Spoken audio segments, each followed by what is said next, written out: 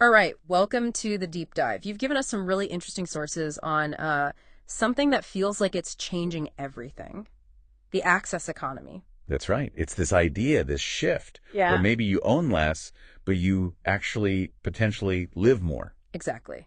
So our mission here is to dig into these sources you sent, pull out what really matters, and unpack what this move from, well, owning stuff forever to just accessing it temporarily really means for you. Yeah, it's driven by tech, changing attitudes. It's a big one. Okay, let's get into it. At its heart, what did the sources say is the absolute core idea? It really boils down to access over ownership. Simple as that, almost. Okay. So instead of buying, say, a car, you just get the right to use one when you need it. The sources really emphasize how this cuts down the big upfront cost, obviously, but also the headaches, Yeah. maintenance, insurance. All that ongoing stuff makes sense. So using a service, not owning the thing. But hang on, isn't this just the sharing economy we heard so much about? Ah, that's a really key distinction the sources make. They're related for sure, but not quite the same thing. How so? Well, the access economy is mostly companies owning the assets. Think Zipcar or Netflix, right? Yeah. You access their pool of cars or their library of shows. Okay, yeah. The original sharing economy idea, like maybe early Airbnb or peer-to-peer car sharing, that was more about individuals sharing their own stuff that wasn't being used much. Gotcha. So the access model is maybe more formalized, commercial. Often, yeah.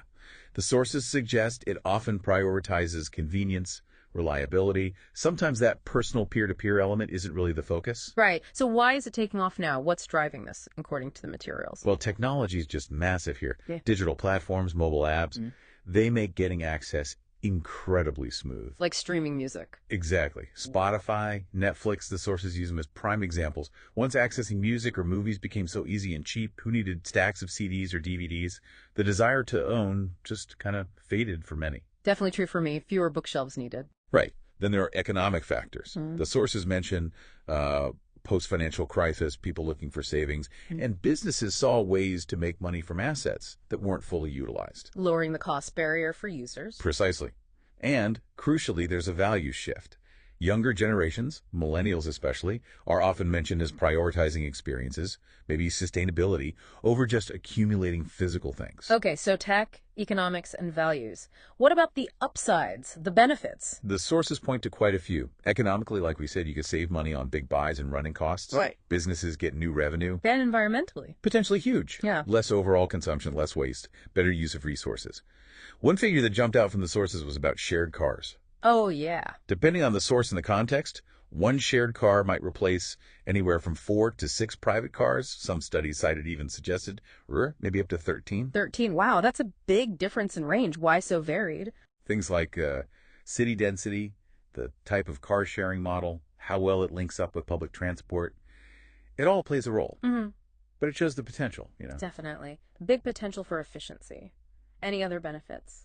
Socially, it can increase access for people who couldn't afford to own something outright, and it supports that sort of intentional living idea, focusing on well-being, not just stuff. That owning less, living more idea again.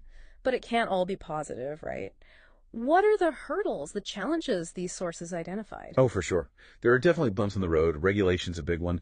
Lots of these services kind of popped up in gray areas. Causing friction? Yeah, friction with traditional industries like taxis and hotels and creating legal uncertainty. Some sources even talked about platforms allegedly trying to actively skirt rules. And what about the people actually doing the work? The drivers, the delivery folks, the gig workers? That's another really critical point the sources dig into. How these workers are classified. Are they employees? Independent contractors? It's a huge debate. And that matters Why? because Because it affects benefits. As contractors, they often lack things like health insurance. One source mentioned only about 40% of gig workers have it, versus over 80% for traditional full-time employees. Job security is also less certain. that 40 versus 82% figure is pretty stark. Really highlights a potential downside. It's a major policy challenge, definitely. And finally, the sources raise issues of trust and data. How so? These platforms run on trust, often using reputation systems, but those systems aren't always perfect or transferable. Plus, they collect vast amounts of your data. Privacy is a real concern, especially after things like, remember the big Uber data hack? Yeah, I do. So regulation, worker rights, trust, data, those are big things to sort out.